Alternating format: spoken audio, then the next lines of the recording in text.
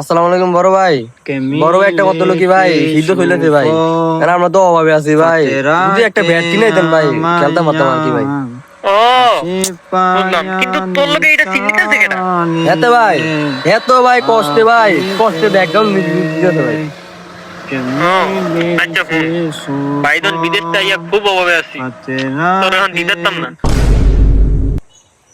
ও Linyi শিশু को मत राखे आया तुल्ले हमसे किसी से भी वो